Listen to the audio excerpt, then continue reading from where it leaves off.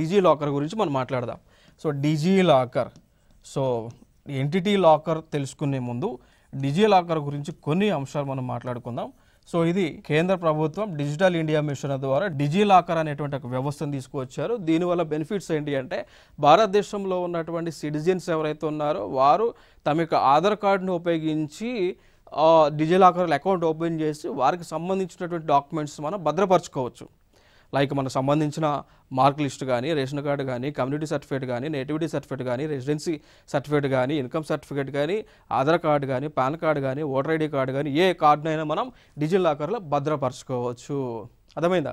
So దాంతోపాటు Digi locker ద్వారా కేంద్ర ప్రభుత్వం ఇచ్చేటువంటి అఫీషియల్ డాక్యుమెంట్స్ ఏవైతే ఉన్నాయో వాటిని కూడా ఈ డిజీ లాకర్ ద్వారా మనం డౌన్లోడ్ చేసుకోవచ్చు.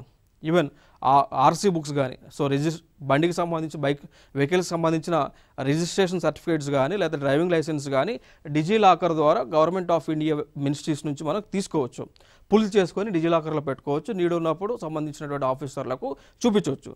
సో ఏదైతే సర్టిఫికేట్ని మనం డిజీ లాకర్ ద్వారా చూపిస్తామో 100% అది యాక్సెప్ట్ చేయాల్సిందే.